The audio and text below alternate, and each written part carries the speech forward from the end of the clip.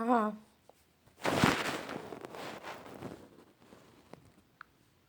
Hello बच्चों, नमस्ते। हम आपको आज पढ़ाएंगे मोहम्मद बिन तुगलक का के चरित्र और उसके कार्यों का मूल्यांकन, है ना।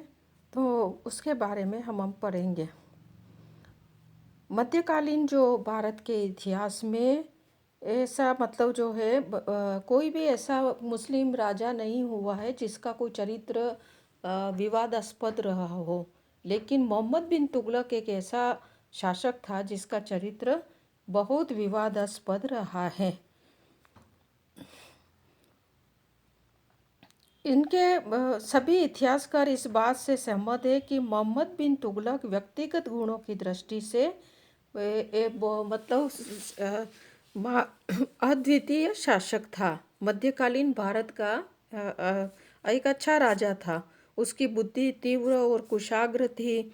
वार्तालाप करने की शक्ति भी बड़ी अद्वितीय थी। बर्नी भी जो है जियाउद्दीन बर्नी, वो भी उसकी वाक्पटुता का बखान करता है। और उपमाएं और रूपक का प्रयोग भी करने में वो बहुत ही निपुण था, क्योंकि वो विद्वान था, ऐसे पढ़ा लिखा बहुत था मोहम्मद बिन तुगलक।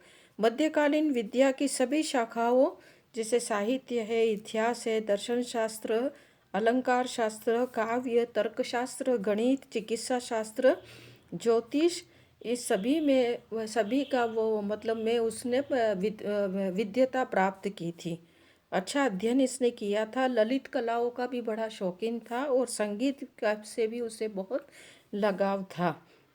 इसके अलावा विद्या और कला के साथ साथ भी वो विद्वानों का भी पोषक मतलब विद्वानों का भी एक अच्छा आश्रय करता था। और उसकी बहुत ही वो इज्जत करता था, वे सम्मान करता था विद्वानों का।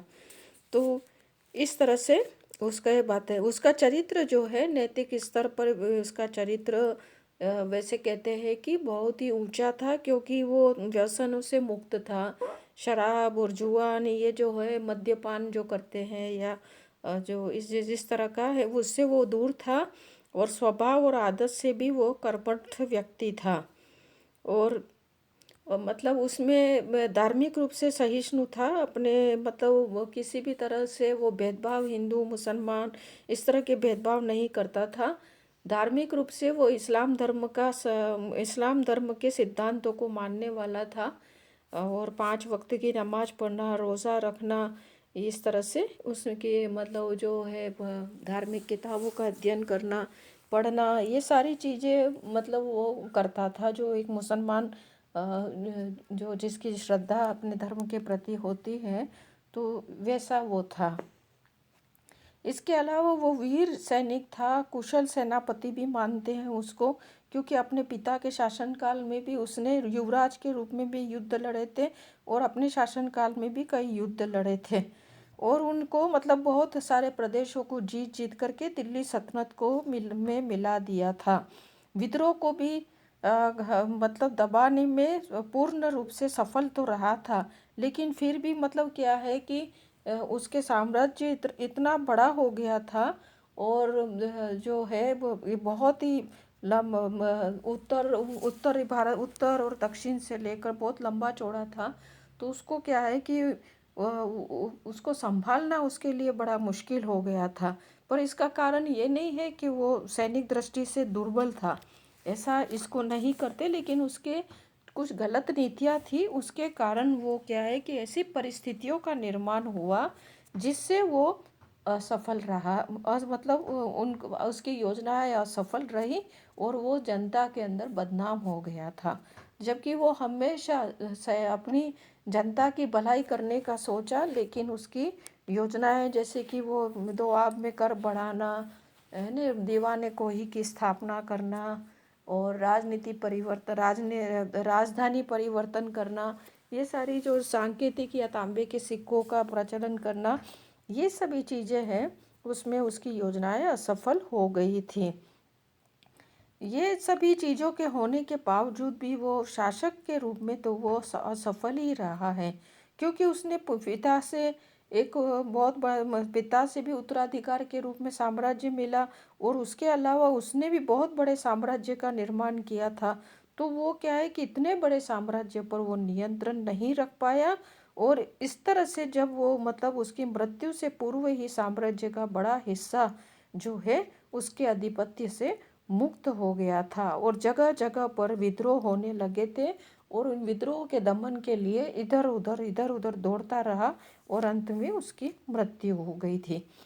तो इसकी मतलब इसके शासन काल में युद्ध अभियान, विद्रोह को दबाना, योजनाएं जो ऐसी बनाई जिससे क्या हुआ था कि इसका राजकोष खाली हो गया था, और उसकी जो लोकप्रियता थी वो समाप्त हो गई थी। तो इसीलिए कहता है कि जियाउद्दीन बर्नी से उसने एक बार कहा था, मृत्यु से पहले वो अपनी खुद की असफलता पर बड़ा गंभीर हुआ था, और उसने जियाउद्दीन बर्नी से कहा था कि जियाउद्दीन बर्नी से कहा था कि मेरा जो राज्य है वो एक बीमार राज्य है, यानी कि वो दिल्ली सल्तनत जो उसने का निर्माण, जो दिल्ली सल्तनत में जो एक सुल्तान के रूप में शासन कर रहा था, तो उसके लिए वो बोल रहा था कि मेरा जो राज्य है बीमार है, और उसकी बीमारी की औषधि, कोई भी औषधि ऐसी नहीं है जिससे ठीक किया जा सकता है। क्योंकि यदि कोई कोई भी डॉक्टर कमर के दर्द की दवा देता है तो बुखार बढ़ जाता है, और यदि बुखार की दवा देता है तो उसकी धमनियों में कष्ट उत्पन्न होता है। इस तरह से विभिन्न बीमारियों से मेरे राज्य में एक साथ उत्पन्न हो गई है, ये सारी बीमारियां जो है उसकी राज्य में एक साथ उत्पन्न हो गई है, ऐसा उसने कहा था। और वास्तव में ऐसा ही था, क्योंकि वो अपनी विफलताओं के लिए मोहम्मद बिन तुगलक ने खुद को उत्तरदायी समझा था। इसका कारण ये था कि वो धैर्यपूर्वक और सावधानी से विचार नहीं करता था। तो यही कारण था कि उसकी योजनाएं कागजों में तो बहुत अच्छी होती थी, और उसको क्रियान्वित जब करता था तो असफल हो जाती थी, क्योंकि कुछ ऐसी कमियां इसमें आ जाती थी, कमियां रख लेता था कि जिससे उसकी योजनाएं असफल हो जाती थी। तो जैसे कि हमने मतलब कई विद्वान जो है इसके चारित्रिक गुणों पर, उसको ये गुणों और अवगुणों को देखते हुए कई विद्वान कहते हैं कि क्या मोहम्मद बिन तुगलक पागल था। तो एल्फिस्टिन जो है वो, और कोई यूरोप मतलब कई यूरोपीय इतिहासकार हैं, उसका मानना है कि इसमें पागलपन का कुछ अंश विद्यमान था। ये प्रत्येक प्रकार से उसने स्वीकार किया था एल्फिस्टन ने कि वह अपने युग का एक शक्तिशाली और योग्य शासक था, परंतु सभी अनुपम प्रतिभाएं और योग्यताएं उसे बेकार ही प्रदान की गई थी, क्योंकि इन सभी के साथ निर्णय करने का जो उसका ढंग था वो मतलब सही नहीं था। निरंकुश शक्ति के को ध्यान में रखने के बाद भी वो सभी हमें ये संदेह देता है मतलब ये कि उसमें कुछ पागलपन के अंश विद्यमान थे क्या। लेकिन हम ये देखना चाहे तो और भी जो इतिहासकार भारत के हैं और ये सब बताते हैं कि मोहम्मद बिन तुगलक जो है मतलब बहुत ज़्यादा, कभी तो बहुत ज़्यादा गुस्से हो जाता था, और कभी मतलब बहुत भावुक भी हो जाता था, दयालु भी हो जाता था। तो ऐसी मतलब जैसे कि हमने देखा है कि वो उसके उसका जो चचेरा भाई था अलाउद्दीन, बहाउद्दीन गुरशप का जो विद्रोह की का दमन किया था, तो उसने कैसे उसके खाल खिंचवा दी थी, और उसके उसके मांस को मतलब का पुलाव बनाकर के उसकी बीवी बच्चों को खिलाया था। ऐसे कई विद्रोह हुए थे उसके शासनकाल में, जिसमें विद्रोही जो होता था सरदार उसका खाल खिंचवा देता था, कभी उसको क्या है कि उसकी जिंदा जला लेता था। इस तरह के नृशंस जो और अमानुषिक उदाहरण भी हमें मिलते हैं कि वो अपने बहुत ही कठोरतापूर्वक दंड देता था। इसलिए कुछ इतिहासकार इसकी इस तरह की जो मनोवृत्तियाँ है उससे उसको पागल भी बताते हैं, लेकिन वास्तव में हम देखें तो उसमें कोई पागलपन नहीं था। जैसे कि आशीर्वाद लाल श्रीवास्तव कहते हैं कि उसमें पागलपन का कोई अंश नहीं था। वह लिखते हैं कि मोहम्मद बिन तुगलक साधारण अपराधों के लिए मृत्युदंड इसलिए दिया करता था कि वो पागल पागल था, बल्कि इसलिए कि उसमें साधारण एवं भीषण अपराधों में अंतर करने के लिए ऐसी मतलब बुद्धि नहीं थी कि वो कुछ अंतर कर सके। इसका मतलब ये नहीं कि वो पागल है, ठीक है, कुछ गलतियों के कारण उसका पागल कहा है, लेकिन उसको पागलपन नहीं कह सकते हैं। उसमें संतुलन का अभाव था, है ना, संतुलन नहीं था। वो दिमाग का संतुलन खो बैठता था और गलत निर्णय कर लेता था, और इस वजह से वो उसकी योजनाएं बेकार हो जाती थी। और इंसानों के साथ मतलब लोगों के साथ भी इस तरह के जो सरदार वगैरह जो उसके शासनकाल में विद्रोह ही हो गए थे, उनके साथ उसने जो व्यवहार किया था, तो ये व्यवहार जो है उसको कहते हैं कि वो पागल था, लेकिन वो वास्तव में पागल नहीं था, वो संतुलन खो बैठता था। अच्छा, आगे हम पढ़ेंगे कि क्या मोहम्मद बिन तुगलक विरोधी तत्वों का सम्मिश्रण था। तो हाँ, ये कुछ इतिहासकार कहते हैं कि भावावेश में तो उसकी प्रशंसा भी करते हैं, और कई इतिहासकार उसको ये मानते हैं कि जैसे कि एक बार तो उसने मतलब कहते हैं कि अपने इतना विनम्र हो जाता था कि एक बार अपने खलीफा के वंशज गयासुद्दीन मोहम्मद जो उस अत्यंत दरिद्र अवस्था में था, तो स्वयं अनुरोध करके उसके पैरों को अपने गर्दन पर रखवाकर उसके प्रति नम्रता प्रदर्शित की थी। तो वो साधारण रूप से वो दयालु और न्यायप्रिय बताया था, लेकिन कभी कभी क्रोध आ जाता था तो वो आवेश खो बैठता था। तो इसमें बहुत सारे विरोधी तत्वों की और अच्छे और बुरे सारे तरह के गुण थे, गुण अवगुण थे, इसलिए उसको कहते हैं कि विरोधी तत्वों का मिश्रण था। अब जो हम इस तरह से हमने पढ़ा कि ये इसके दो भाग, हमने दो चीज़ें पढ़ाई, क्या मोहम्मद बिन तुगलक पागल था, क्या मोहम्मद बिन विरोधी तत्वों का मिश्रण था, और हमने जो चरित्र और कार्यों का मूल्यांकन बताया।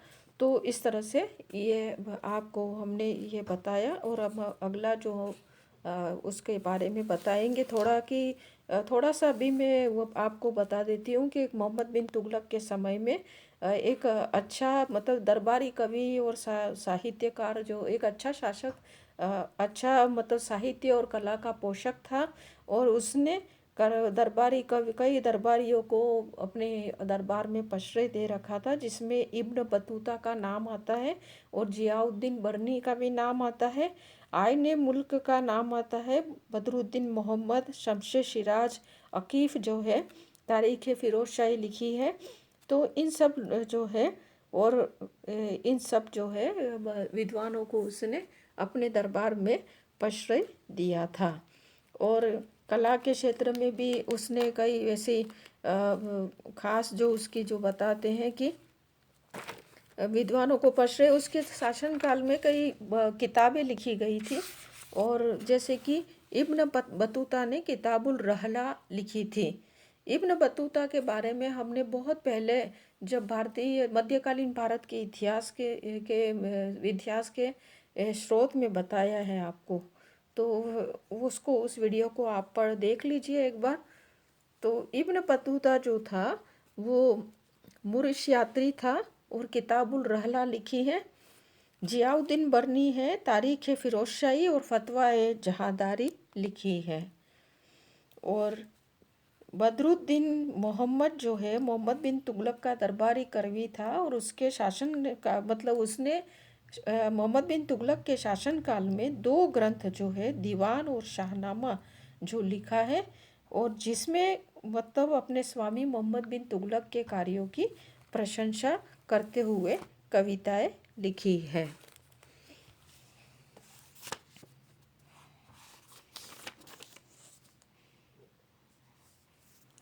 मोहम्मद बिन तुगलक के द्वारा कई इमारत बनाए जाने का उल्लेख है, उसमें आदिलाबाद और जहाँ पनाह नगर प्रमुख है। गयासुद्दीन तुगलक ने तो तुगलकाबाद नगर की स्थापना की थी, और इसने जो दो नगर बनाए थे वो है आदिलाबाद और जहांपनाह। ये नगर जो है उसके उसके शासनकाल के प्रमुख दो नगर हैं। ठीक है, चलो।